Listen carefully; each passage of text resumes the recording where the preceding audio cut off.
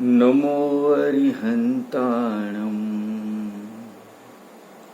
નમો સિદ્ધાણમ નમો આય્યાણમ નમો વજ્જાયાણમ નમો લોએ સર્વસાહુનમ નત્વા જિનેન્દ્રમ ગતિ સર્વદોષમ સર્વજ્ઞદેવં હિતદર્શિકં ચ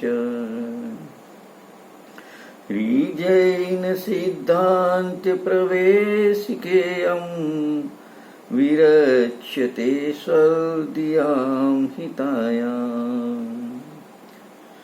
આદરણીય પંડિત શ્રી ગોપાલદાસજી બરૈયાકૃત શ્રી જૈન સિદ્ધાંત પ્રવેશિકાનું સ્વાધ્યાય ચાલી રહ્યો છે. એમાં 320 નંબરનો પ્રશ્ન છે, કશાય કોને કહે છે? તો ઉત્તર છે,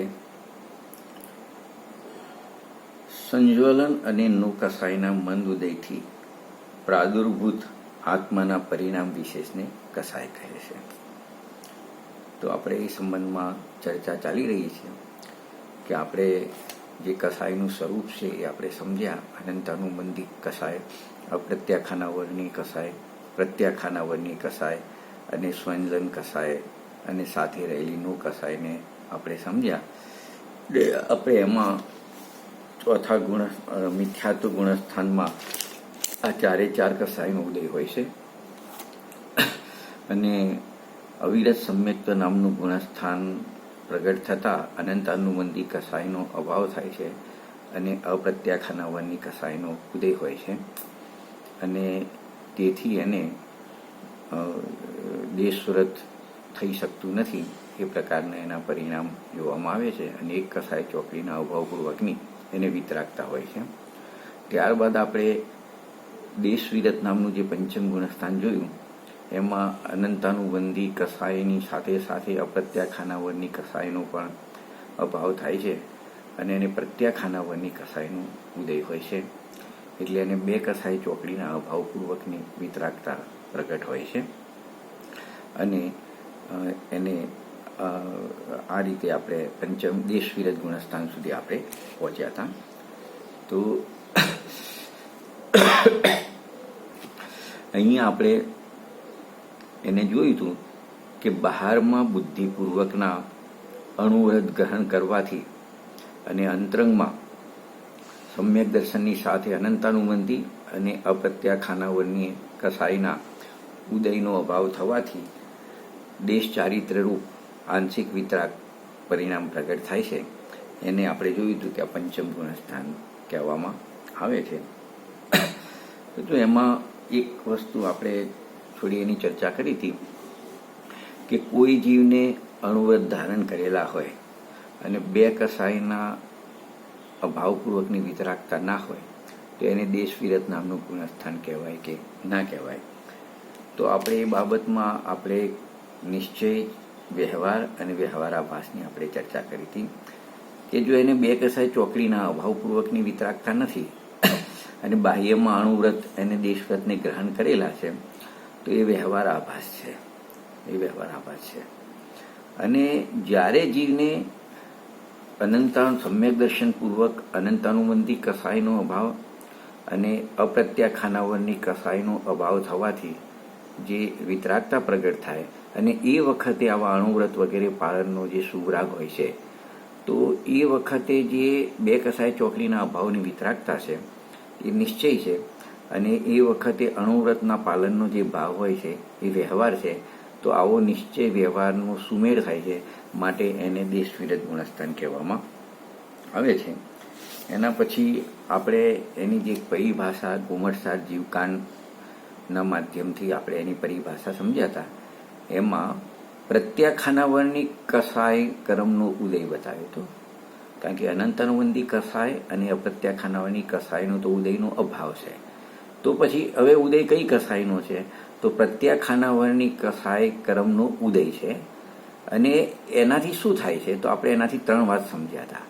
એ પ્રત્યાખાનાવરની કસાયનો ઉદય છે, તો તો સકલ સંયમ પ્રગટ થઈ શકતું નથી, મુનિરાજને હોય છે એક વાત.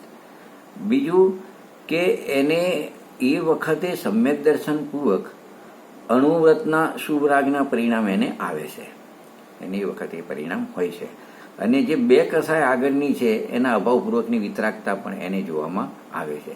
તો પ્રત્યાખાનાવરની કસાયનો ઉદય છે એનો મતલબ એવું થયું કે સકલ સંયમનો અભાવ છે, દેશ સંયમ એટલે અણુવ્રતનો સદભાવ છે, અને બે કસાયના ચોકડીના અભાવપૂર્વકની વિતરાગતા છે. તો આપણે આટલું એને સમજ્યા હતા.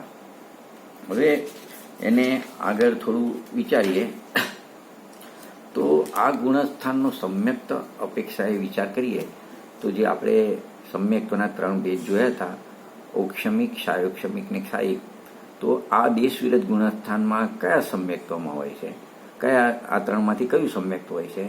તો આ ગુણસ્થાનમાં 3માંથી કોઈ પણ એક સમ્યક્ત હોઈ શકે છે. તો એ સમ્યક્ત સંબંધી એની ચર્ચા છે. અને ચારિત્ર અપેક્ષાએ આપણો વિચાર કરીએ એ થોડું સમજવા જેવું છે. ચારિત્ર અપેક્ષાએ આપણે એની ચર્ચા આજે થોડી કરીશું કે એને ચારિત્ર કયું હોય છે. તો જો એને પંચમ ગુણસ્થાન વતી શ્રાવકને સંયમમાં સંયમ ચારિત્ર હોય છે, તો એ વખતે જે 4 કર્મો છે, આ જે કષાયો છે, કષાય કર્મો અનંતાનબંધી, અપ્રત્યાખાન, પ્રત્યાખાન અને સ્વંદન, એ 4 કષાય કર્મની શું વ્યવસ્થા હોય છે? તો એ વખતે એને અપ્રત્યાખાનાવરની કષાયના ઉદયમાં, એ કષાયનો ઉદય હોય ને, તો એ તો ઉદય તો છે નથી, એનો ઉદય છે નથી, આ ગુણસ્થાનમાં નથી, એને અનંતાનું મંદિરનો નથી ને, અપ્રત્યાખાનાવરની કષાયનો ઉદય નથી. તો આપણે એને ક્ષયોક્ષમ ચારિત્ર, આપણે ક્ષયોક્ષમને સમજવું હોય, ક્ષયોક્ષમને આ ગુણસ્થાનમાં, તો એમાં સર્વગાતી સ્પર્ધકો છે ને, તો અપ્રત્યાખાનાવરની સર્વગાતી સ્પર્ધકોનો ઉદયાભાવી ક્ષય લઈશું, અને એનો જ ભવિષ્યમાં ઉદય આવવા યોગ્ય જે સર્વગાતી સ્પર્ધકો છે એનો સદ અવસ્થારૂપ ઉપશમ લઈશું. અને એને પ્રત્યાખાનાવરની કર્મનો શું છે? ઉદય છે. તો આ રીતે પંચમ ગુણસ્થાનમાં ચારિત્ર મોહની કર્મનો ક્ષયોક્ષમ આ રીતે હોય છે. મતલબ ક્ષય ઉપશમ કોનો હોય છે? તો અપ્રત્યાખાનાવરની ક્રમનો ઉદયાભાવી ક્ષય અને ભવિષ્યમાં ઉદય આવવાના યોગ્યનો સદઅવસ્થારૂપ ઉપશમ. અને ત્રીજી જે કસાય ચોકડી છે પ્રત્યાખાનાવરની કર્મ, એનું શું હોય છે? ઉદય હોય છે. તો એને આ રીતે ચારિત્રમાં ક્ષયોક્ષમ ઘટિત થાય છે. પણ એમાં એક વસ્તુ ધ્યાનમાં રાખવા જેવી છે કે આવો ચારિત્ર મોહની ક્રમ પ્રકૃતિઓનો આવો ક્ષયોક્ષમ હોવા છતાં પણ એને ક્ષયોક્ષમિક ચારિત્ર કહેવાતું નથી, કારણ કે એને સંયમમાં સંયમ ચારિત્ર હોય છે. કયું ચારિત્ર હોય છે? સંયમમાં સંયમ ચારિત્ર હોય છે. તો એમાં 2 વાત સમજવાની છે કે તો ક્ષયોક્ષમિક ચારિત્ર કોને હોય? તો એના માટે એક નિયમ છે કે જ્યારે દેશઘાતી પ્રકૃતિ છે ને એનો ઉદય હોય ત્યારે ક્ષયોક્ષમિક ચારિત્ર ઘટિત થતું હોય છે, એવો નિયમ છે. તો જે આ 4 કસાયો છે, અનંતાનુબંધી, અપ્રત્યાખાનાવરની, પ્રત્યાખાનાવરની ને સ્વંદન, એ 4 કસાયો જે છે એ 4 કસાયોમાં પહેલી જે 3 કસાયો છે અનંતાનુબંધી, અપ્રત્યાખાનાવરની ને પ્રત્યાખાનાવરની, એ સર્વઘાતી છે કર્મ પ્રકૃતિ, અને જે સ્વંદન કસાય છે એ દેશઘાતી છે.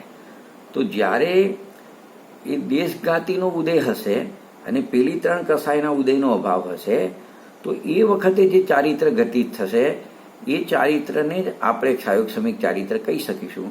તો એવું ક્ષયોક્ષમિક ચારિત્ર તો મુનિરાજને હોય છે, 6ઠા 7મા ગુણસ્થાને મુનિરાજને હોય છે ક્ષયોક્ષમિક ચારિત્ર. એ 6ઠામાં, 7મામાં, 8મામાં, 9મામાં ને 10મા સુધી ક્ષયોક્ષમિક ચારિત્ર કહેવામાં આવે છે. પણ અહીંયા કહેવાતું નથી, કેમ કે અહીંયા જે ઉદય છે ને એ પ્રત્યાખાનાવરની કર્મનો ઉદય છે, તો એ સર્વઘાતી પ્રકૃતિ છે, માટે એને કર્મોનો ક્ષયોક્ષમ થયો કહેવાય છે. પણ એટલે ક્ષયોક્ષમમાં ક્ષય થયો, ઉપશમ થયો ને ઉદય થયો, પણ એ બધું સર્વઘાતીમાં થાય છે, દેશઘાતીનો એનો ઉદય ગણાતો નથી, માટે એને સંયમમાં સંયમ ચારિત્ર કહેવામાં આવે છે. તો એને એ વખતે ઉપચારથી ક્ષયોક્ષમ માનવામાં આવે છે. ખરેખરું ક્ષયોક્ષમ ચારિત્ર તો 6ઠા ગુણસ્થાને મુનિરાજને હોય છે. એમાં બીજી એક વાત એમાં એ સમજવાની છે કે આ જે પંચમ ગુણસ્થાન છે એ પંચમ ગુણસ્થાનમાં કે એની અંદર એક ધર્મ પ્રગટ થાય છે, ધર્મની વૃદ્ધિ થાય છે અને ધર્મની પૂર્ણતા થાય છે. આ મોક્ષ માર્ગમાં આ પ્રક્રિયા આપણને જોવામાં આવે છે. તો એમાં જે ધર્મની ઉત્પત્તિ થાય છે એમાં બાહ્ય કોઈ અનુકૂળતા કે પ્રતિકૂળતા એમાં નિમિત્ત થતી નથી, અકિંચિત કરશે. મતલબ અનુકૂળતા હોય બાહ્યની તો ધર્મ આપણને પ્રગટ થઈ જાય અને ધર્મની વૃદ્ધિ થાય, અને સમજો પ્રતિકૂળતા હોય તો ધર્મ ના થાય એવો કોઈ નિયમ બનતો નથી. બીજી વાત એમાં એક ધ્યાન રાખવાની છે કે એ ધર્મની જે વૃદ્ધિ થાય છે એનો પણ બાહ્ય કોઈ ગ્રહણ ત્યાગ સાથે સંબંધ નથી, બાહ્ય ક્રિયા સાથે સંબંધ નથી. બે વાત તો એના ઉપરથી એક નક્કી થાય છે કે ધર્મની પ્રક્રિયા છે, ધર્મની જે ક્રિયા છે એ બિલકુલ સ્વાધીન ને સ્વતંત્ર છે. એને કોઈ પર દ્રવ્યની અનુકૂળતા પ્રતિકૂળતા બી નડતી નથી, અને એને અનુકૂળતા પ્રતિકૂળતા એને કોઈ નડતી નથી. અને આ રીતે એને આપણે થોડું સમજીશું ઉદાહરણના માધ્યમથી. તો અહીંયા શું કહે છે જુઓ કે સર્વાત સિદ્ધિના જે દેવો હોય છે, સર્વાત સિદ્ધિના દેવો એ એક ભવ અવતારી દેવો હોય છે. બધા એક તો સમ્યક દ્રષ્ટિ છે સર્વાત સિદ્ધિના દેવો, પછી એ બાળ બ્રહ્મચારી હોય છે, દ્વાદશાંગ જ્ઞાનના ધારી હોય છે. અને તેમને જીવનમાં જોવા જુઓ તો આપણે સામાન્ય જનોમાં આપણામાં જેવી પાપ 5 જોવા મળે છે, સ્થૂળ વિષય કસાય મતલબ આપણને જોવા મળે છે, અને જે હિંસાજન્ય છઠ કર્મ અસીમસી કૃષિ વાણિજ્ય વિદ્યા એવા જે છઠ કર્મ જોવા મળે છે એ સર્વાત સિદ્ધિના દેવોમાં આવી કોઈ પ્રકારની પ્રવૃત્તિ જોવા મળતી નથી. છતાં પણ તેઓને દેશ સંયમ નથી. અને સમજો કે એની સામે મનુષ્ય અને તિર્યંશ હોય, એમને આવી પ્રવૃત્તિ બાહ્ય પ્રવૃત્તિ હોવા છતાં પણ એમને અંતરંગમાં સમ્યક દર્શન છે અને બે કસાય ચોકડીનો અભાવ છે અને એટલી વિતરાગતા છે તો એમને દેશ સંયમ નામ મળે છે. તો આટલું આપણે નક્કી કર્યું કે સર્વાત સિદ્ધિના દેવ જોયા અને આ બાજુ મનુષ્ય તિર્યંશ જોયા. તો સર્વાત સિદ્ધિના દેવને દેશ ચારિત્ર હોતું નથી. ભલે એમની પ્રવૃત્તિ જુઓ તો એમને પહેલાં તો સમ્યકપતુ છે, બધા બાળ બ્રહ્મચારી છે, દ્વાદશાંગ જ્ઞાનના ધારી છે, એમને આપણા મનુષ્યમાં જોવામાં આવે એવા 5 પાપની પ્રવૃત્તિ દેખવામાં આવતી નથી. આપણા જે વિષય કસાઈની પ્રવૃત્તિ છે એવી પણ એ પ્રકારની ત્યાં સર્વાત સિદ્ધિના દેવોને જોવા આવતી નથી. અને અસીમસી કૃષિ વાણિજ્ય વિદ્યા એ પ્રકારની જે પરિણામ છે છઠ કર્મના પરિણામ એ પણ એમને જોવામાં આવતા નથી. છતાં પણ એમને દેશ સંયમ નથી. અને મનુષ્યમાં ને તિર્યંશમાં આ પ્રકારની યથાયોગ્ય પ્રવૃત્તિ જોવામાં આવે છે તો એમને દેશ સંયમ છે, કારણ કે મનુષ્ય અને તિર્યંશમાં બે કસાય ચોકડીના અભાવપૂર્વકની વિતરાગતા હોય છે અને દેવોમાં એક અનંતાનુબંધી કસાયનો જ અભાવ હોય છે. માટે એમને દેશ સંયમ હોઈ શકતો નથી. અને મનુષ્ય અને તિર્યંશમાં આ પ્રકારની પ્રવૃત્તિ હોવા છતાં પણ અંતરંગમાં બે કસાય ચોકડીના અભાવની વિતરાગતા છે, માટે દેશ સંયમ હોય છે. તો આના ઉપરથી એક વાત પણ નક્કી થઈ જાય છે કે જે સૌધમ ઇન્દ્ર લોકાંતિક દેવ અને અહમ ઇન્દ્ર દેવ છે એ જે આત્માનો અનુભવ કરી અને પોતાનું સુખી જીવન વ્યતીત કરે છે તેનાથી પણ વધારે સુખ જે અલ્પ જ્ઞાનના ધારક ભૂમિકા યોગ્ય બાહ્ય હિંસાદી પાપથી આંશિક વિરત રહેવાવાળા દેશવ્રતી મનુષ્ય તિર્યંશને અધિક જીવનમાં સુખ વ્યતીત અધિક સુખમાં જીવન વ્યતીત કરે છે. કારણ કે ત્યાં એક કસાયની અભાવપૂર્વકની વિતરાગતાને સુખ છે અને અહીંયા બે કસાયના અભાવપૂર્વકની વિતરાગતાને સુખ છે. માટે દેવોને તો સુખ જે છે એક કસાયના અભાવપૂર્વકનું એના કરતાં પણ અધિક મનુષ્ય અને તિર્યંશને અધિક સુખ જોવા મળે છે. બીજું કે બાહ્ય પરિસ્થિતિ છે, એ પરિસ્થિતિની વાત કરીએ તો સમજો કે સ્વયંભૂ રમણ સમુદ્રમાં એકદમ પ્રતિકૂળતા છે વાતાવરણની, છતાં પણ ત્યાં શુદ્ધાત્માના અનુભવપૂર્વક સમ્યક્તપૂર્વક બે કસાયના ચોકડીના અભાવની વિતરાગતારૂપ દેશ ચારિત્ર અસંખ્ય તિર્યંચોને હોય છે અને અતિન્દ્રિય આનંદનો અનુભવ પણ એમને વધારે હોય છે દેવો કરતાં. તમે સમજ્યા? તો બાહ્ય પ્રતિકૂળતા જે છે એ એમને નડતી નથી. ખ્યાલ આવે ને? એક બીજી આપણે પોઝિશન જોઈએ કે સમજો કે બાહ્ય પ્રતિકૂળ વાતાવરણ ધર્મ પ્રગટ કરવામાં પણ નડતો નથી, અને બાહ્ય અનુકૂળતા હોય તો એ આપણને જલ્દી ધર્મ પ્રગટ થઈ જાય એનાથી એમ પણ નથી. જો એવું હોય તો નરકમાં તો એટલી પ્રતિકૂળતા છે છતાં પણ અસંખ્ય જીવો સમ્યક્ત્વની પ્રાપ્તિ કરે છે, અને દેવોમાં દેવગતિમાં બધી અનુકૂળતા છે તો એ કેટલાય જીવો બધા ત્યાં આગળ મિથ્યા દ્રષ્ટિ, અનેક દેવો હજુ મિથ્યા દ્રષ્ટિ જોવામાં આવે છે. કે બાહ્ય અનુકૂળતા કે પ્રતિકૂળતા હોય એનાથી કોઈ સમ્યક્ત્વને કોઈ એનાથી આધાર રાખતી નથી. અને સમજો કે એ ધર્મની પૂર્ણતા પણ કરવી છે જીવને, તો ધર્મની પૂર્ણતા કરવા માટે પણ કોઈ બાહ્ય પ્રતિકૂળતા હોય તો ધર્મ પૂર્ણ ના કરી શકે, અને બાહ્યમાં અનુકૂળતા હોય તો જ ધર્મની પૂર્ણતા થઈ શકે, એટલે કેવળ જ્ઞાન આદિ થઈ શકે. તો એવું નથી, કારણ કે જો બાહ્ય ઉપસર કે પરીક્ષા હોય મુનિરાજને તો કોઈ એમની સાધુપણું છૂટી જતું નથી. ગમે તેટલા ઉપસર્ગ પરીક્ષા આવે, આપણા વર્તમાન યુગમાં તો ઘણા ઉદાહરણો છે, છતાં પણ એમનું સાધુપણું છૂટી જતું નથી.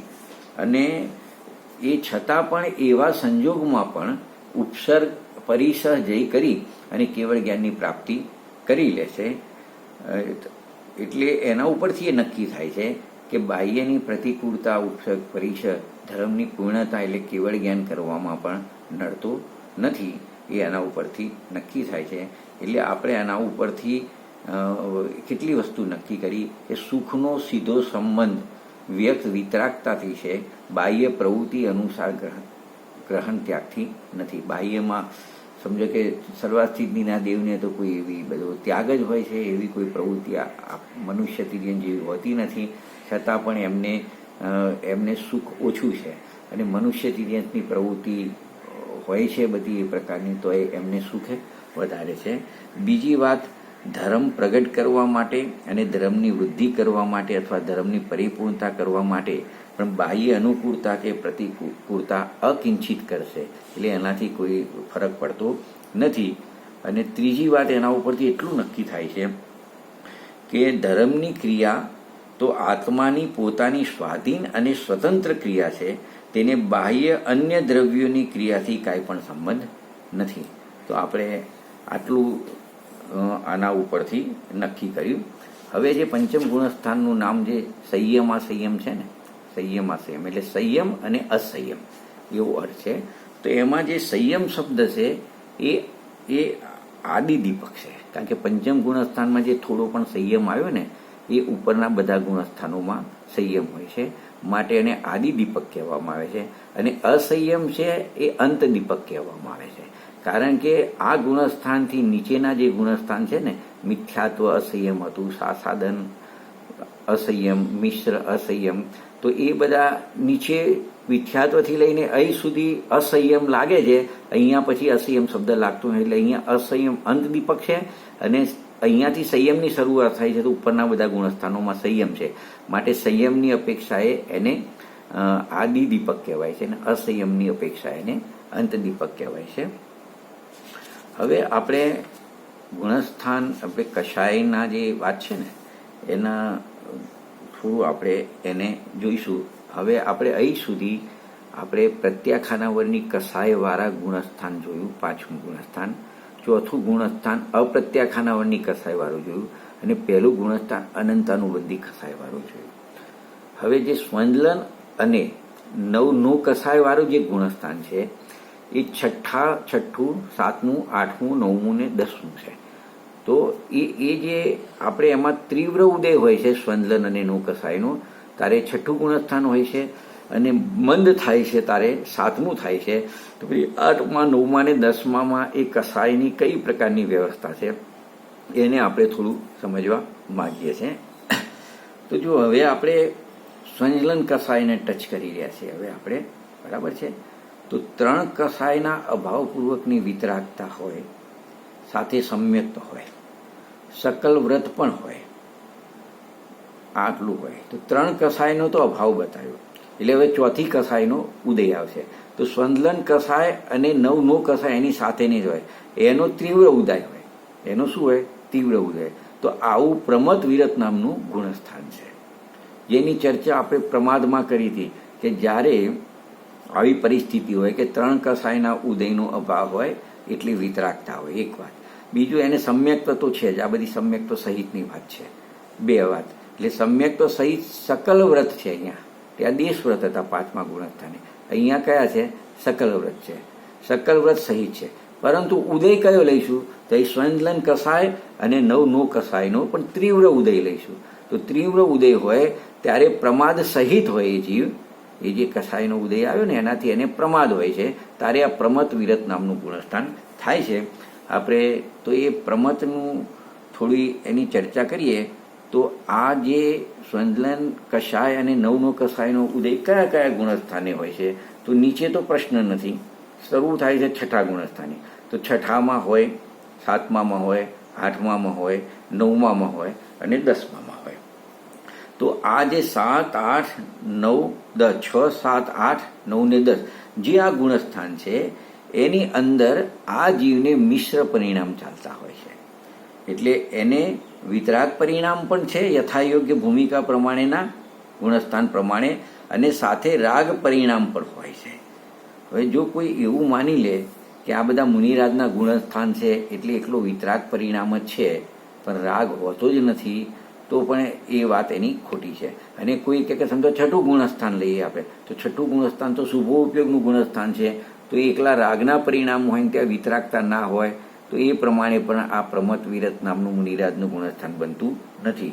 મતલબ બંને વસ્તુ, રાગ અને વિતરાગ ભાવ બંનેનો સુમેળ હોય છે, બંને સાથે ચાલતી હોય છે, એટલે મિશ્ર ભાવ ભૂમિકા અનુસાર એમાં ઘટિત થાય છે. એમાં સમજો કે આ પ્રમત વિરત ગુણસ્થાનમાં સ્વંદલન કસાય અને નવનો કસાય એનો ઉદય કહ્યો, પણ તીવ્ર ઉદય કીધો. તો તીવ્ર ઉદય કહેવાનું કારણ શું છે? બરાબર છે. તો જો જે આ પ્રમત વિરત ગુણસ્થાન છે એના પછી આવે છે અપ્રમત વિરત ગુણસ્થાન. તો અપ્રમત વિરત ગુણસ્થાન છે એમાં શુદ્ધો ઉપયોગરૂપ ધ્યાન અવસ્થા હોય છે. તો શુદ્ધો ઉપયોગરૂપ ધ્યાન અવસ્થામાં 7મા અપ્રમત સંયત ગુણસ્થાનમાં એનો મંદ કસાય હોય છે, સ્વંદલનનો અને નવનો કસાયનો મંદ કસાય હોય છે.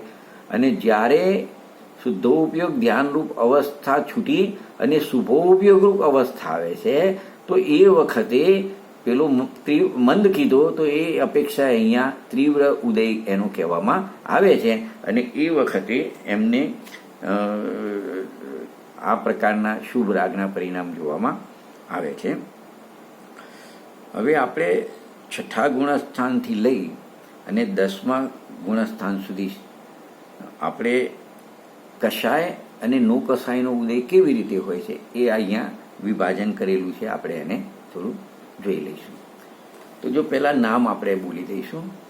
6ઠ્ઠું ગુણસ્થાન છે એ પ્રમત વિરત છે.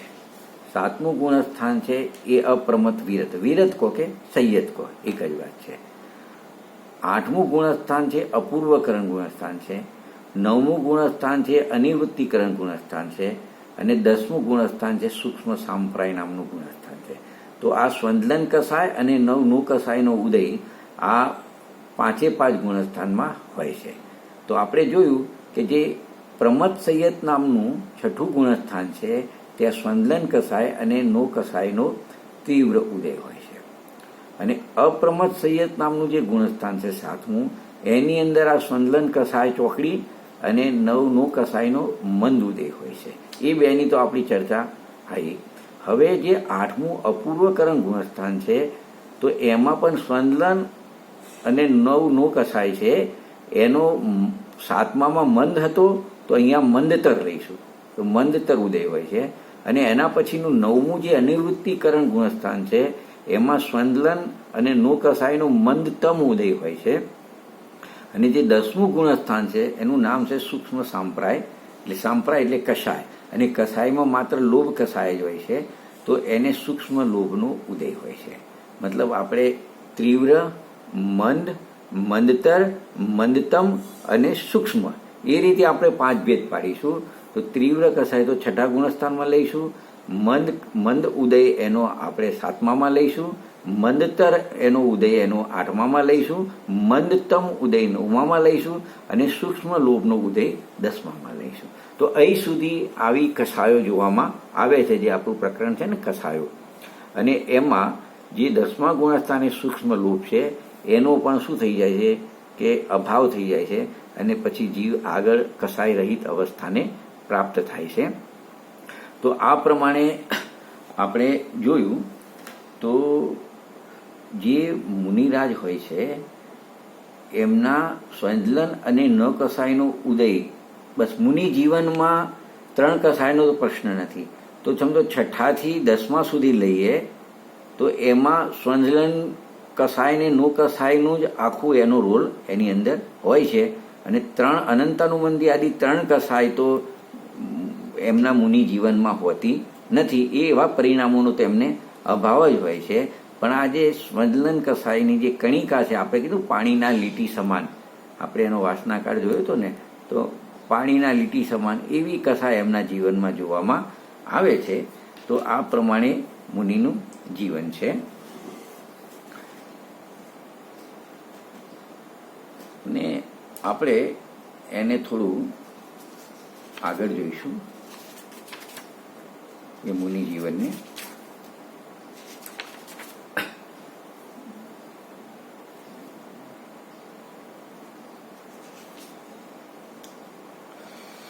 હવે જે આ કસાયના અભાવપૂર્વક મુક્તિ જીવ પ્રાપ્ત કરે છે, તો આ જે બધા 14 ગુણસ્થાન છે, તો એ ગુણસ્થાનાતીત સિદ્ધ દશાને પ્રાપ્ત થાય છે. તો એમાં કયા કયા ગુણસ્થાન કમ્પલસરી છે એની આપણે આ સાથે થોડી ચર્ચા કરી લઈએ છીએ. તો જો બીજું ગુણસ્થાન, ત્રીજું ગુણસ્થાન, ચોથું ગુણસ્થાન, 5મું ગુણસ્થાન અને 11મું ગુણસ્થાન, આ 5 ગુણસ્થાન જે છે એ 5 ગુણસ્થાન વગર તો જીવ ક્યારેક કોઈક વખતે એની યોગ્યતા પ્રમાણે એ મુક્ત થઈ શકે છે. પરંતુ જે આપણે અત્યારે સંજલન કસાયવાળું જે 6ઠું ગુણસ્થાન છે, તીવ્ર કસાયવાળું, એ પ્રમદ સંયત ગુણસ્થાન છે. એના વગર તો કોઈ જીવ મુક્તિ પામી શકતો નથી. મતલબ જીવ મિથ્યાત્વમાં છે, ત્યાંથી જે એને મોક્ષ માર્ગ સાધે છે અને મોક્ષ માર્ગની પૂર્ણતા કરે છે. તો બીજું, ત્રીજું, ચોથું, 5મું અને 11મું આ ગુણસ્થાનમાં ના આવે તો એને ચાલી શકે.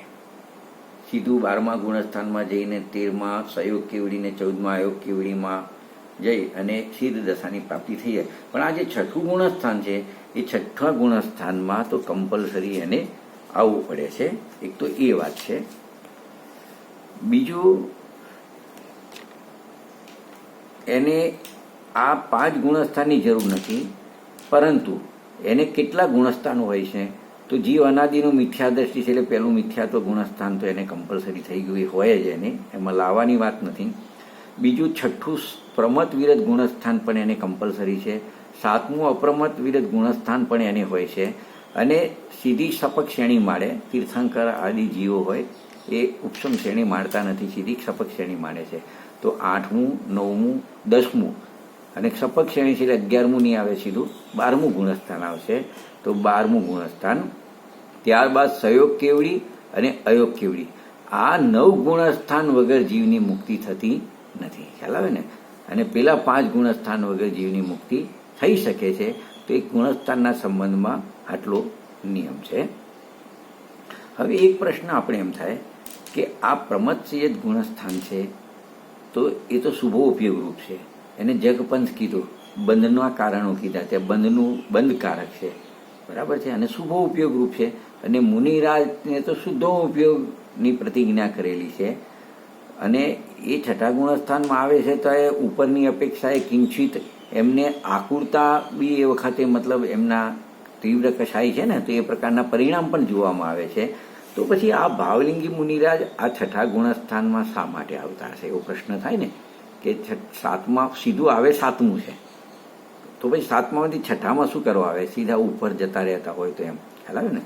તો શું કહે છે કે અહીંયા કે મોક્ષ પ્રાપ્તિનો ક્રમ કોઈ પણ જીવની ઈચ્છા અનુસાર થતો નથી. જો ક્રમ ના ફેરવી શકે, ભગવાનના જ્ઞાનમાં જે ક્રમ દેખાયો છે, જે હોય છે નિયમ, એને કોઈ ફેરવી ના શકે. એટલે મોક્ષ પ્રાપ્તિનો ક્રમ કોઈ પણ જીવની ઈચ્છા અનુસાર નથી થતો, એવું એનું વસ્તુનું સ્વરૂપ છે.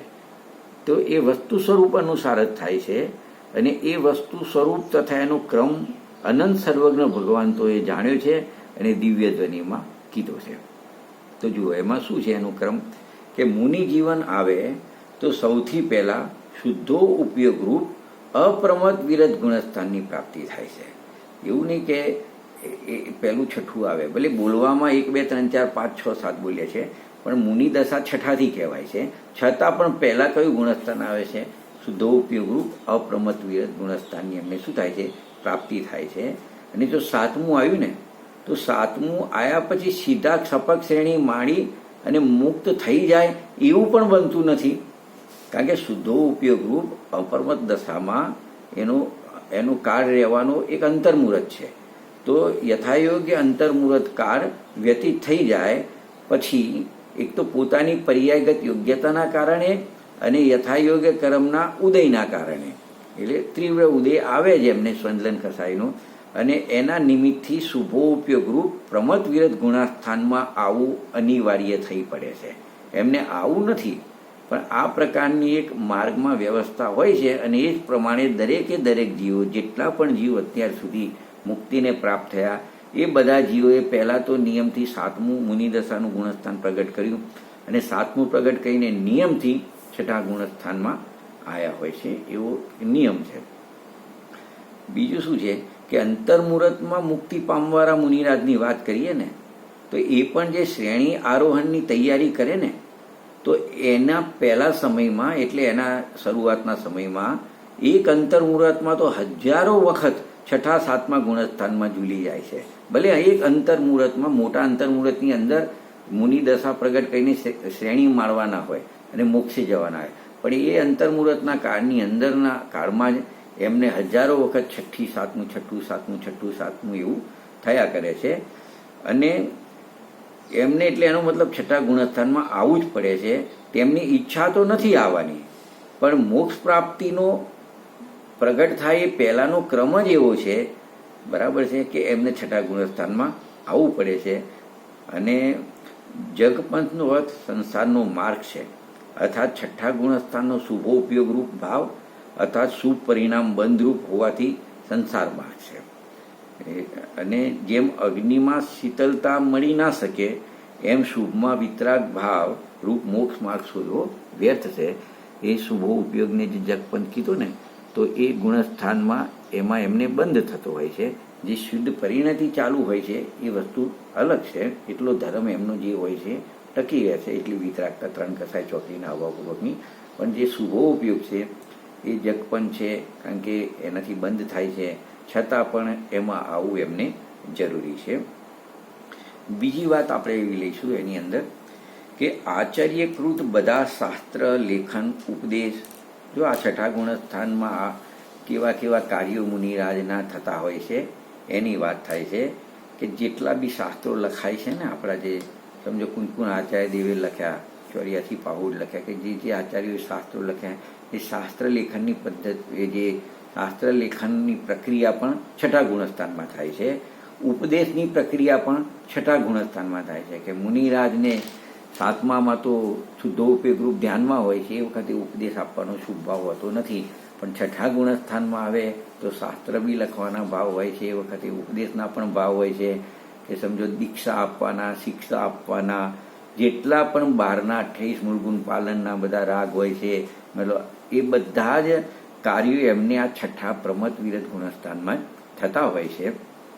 અને આ 6ઠા ગુણસ્થાનમાં મુનિરાજને સ્વંદલન કસાય તથા હાસ્યદી 9 કસાયના તીવ્ર ઉદયમાં નિયમપૂર્વક, હે બુદ્ધિપૂર્વક આવા શુભ પરિણામ એમને હોય છે. કારણ કે મુનિરાજને અશુભ ઉપયોગ તો આવતો નથી, 7મામાં શુદ્ધો ઉપયોગ હતો એમાં ટક્યા નહીં, અને અશુભમાં તો જતા નથી, માટે એમને આવો શુભો ઉપયોગ 6ઠા ગુણસ્થાનમાં હોય છે. તો એમનો ઉપયોગ પણ શુભો ઉપયોગ જ હોય, અશુભ ઉપયોગ હોય નહીં, કારણ કે એમની ભૂમિકા પ્રમાણે કાં તો શુદ્ધો ઉપયોગ હોય કાં તો શુભો ઉપયોગ હોય, કારણ કે અશુભો ઉપયોગ એમને હોતો નથી. વાસ્તવમાં આપણે જોઈએ ગ્રહસ્થ જીવન ને મુનિ જીવન જોઈએ ને, તો એની અંદર ગ્રહસ્થ જીવનની વાત કરીએ તો ગ્રહસ્થ જીવનમાં જે કોઈ શુભ પરિણામ કે પુણ્યરૂપી કાર્ય થાય છે એનું નિમિત્ત કારણ જોઈએ તો અપ્રત્યાખાનાવરણ અને પ્રત્યાખાનાવરણ કસાયના મંદ ઉદયમાં થાય છે.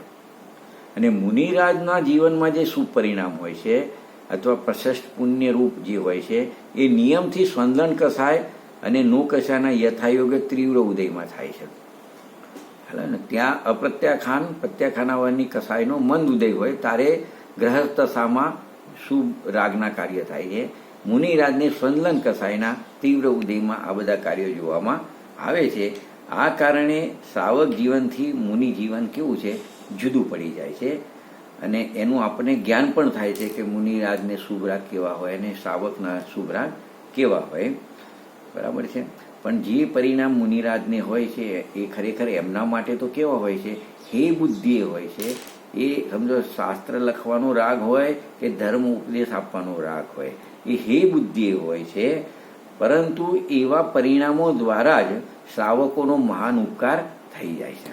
સમજે ને કે મુનિરાજનો રાગ પણ ભવ્ય જીવોનું ભાગ્ય બની જાય છે. તો મુનિરાજનો વિતરાગ ભાવ તો શું ના કરી શકે, ખ્યાલ આવે ને. અને સમજો કે કુંકુન આચાર્યદેવને સમયસાર લખવાનો રાગ જ ના આવ્યો હોત, તો જો રાગ આવ્યો જ ના હોત તો આપણા હાથમાં સમયસાર કેવી રીતે આવી જાત, ખ્યાલ આવે ને.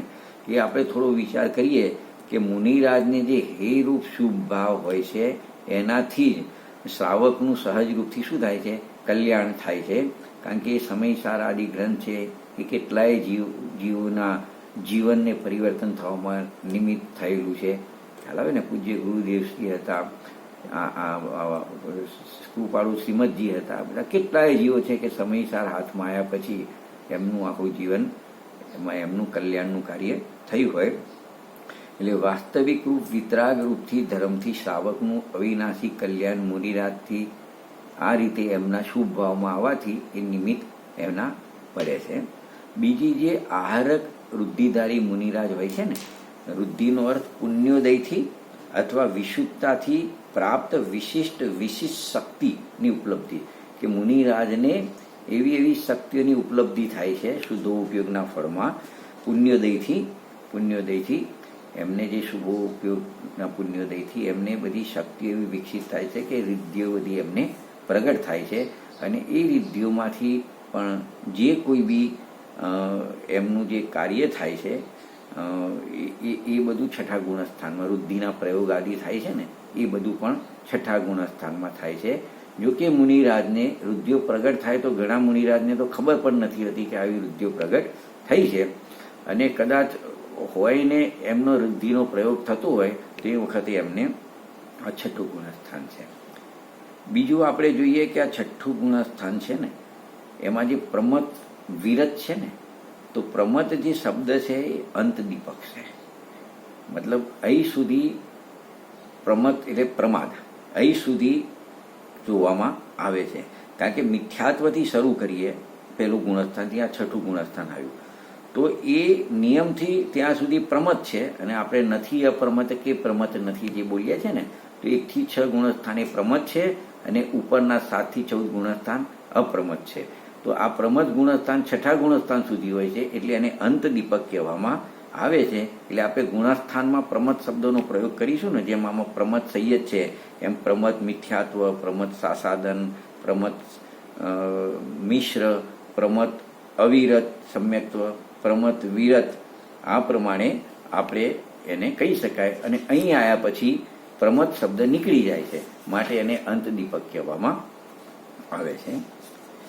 એ જ રીતે મુનિરાજના જીવનમાં 28 મૂળગુણ, એક પ્રશ્ન અહીંયા કરેલો છે કે 28 મૂળગુણનું મુનિરાજ પાલન કરતા હોય છે. તો સમજો કે કોઈ મુનિરાજ 1-2 મૂળગુણનું પાલન ના કરે તો પછી એમને મુનિ મનાય કે ના મનાય, એવો અહીંયા પ્રશ્ન કરેલો છે. ખ્યાલ આવે ને.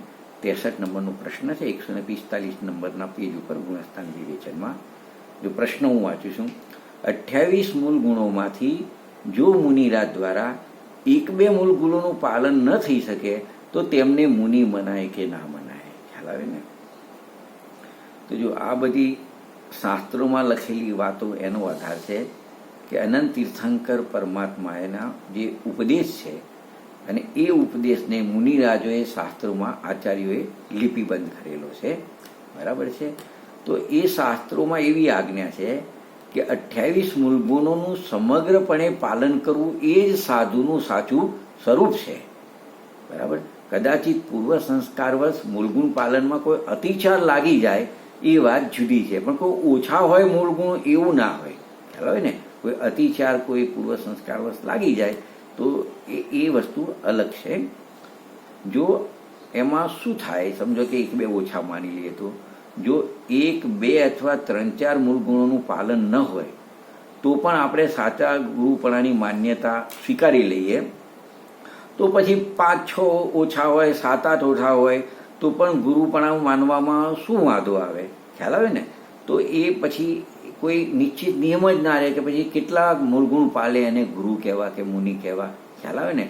તમે 1 નથી તો કોઈ કહે છે અને 2 નથી, તમે સ્વીકૃતિ આપો તો કે 3 નથી, તો કોઈને 5 નથી, કોઈને 7 ઓછા છે, ખ્યાલ આવે ને? તો પછી એનો કોઈ નિયમ જ ના રહે કે 28 મૂળગુણ વાળા જ મુનિરાજ હોય, એવો કોઈ નિયમ રહેતો નથી. માટે 28 મૂળગુણોનું પાલન અખંડપણે કરવું એ જ સાચું મુનિ શબ્દ છે. એટલે આ મૂળગુણ શબ્દ આપણને એ બતાવે છે કે ગુરુપણાના મૂળગુણ 28 છે અને એના વગર ગુરુપણું સંભવતું જ નથી.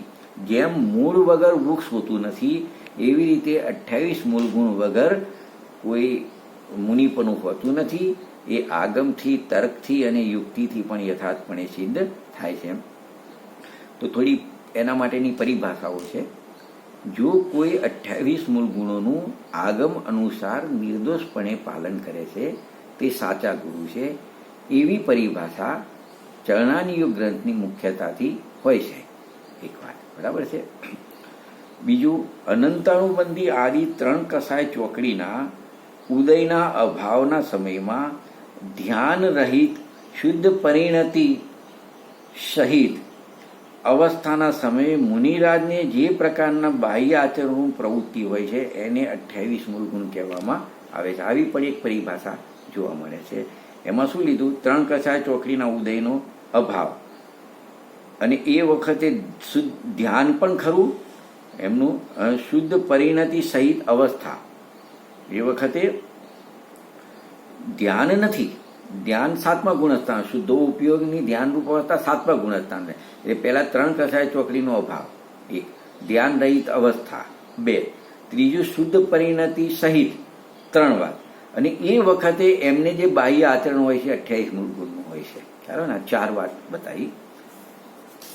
પછી 3 કસાય ચોકડીના ઉદયના અભાવના કાળમાં, એટલે અનુદયના કાળમાં શુદ્ધોપયોગથી છૂટવાથી શુભોપયોગની ભૂમિકામાં મુનિરાજની જીવનચર્યા છે એને 28 મૂળ ગુણ કહેવામાં આવે છે.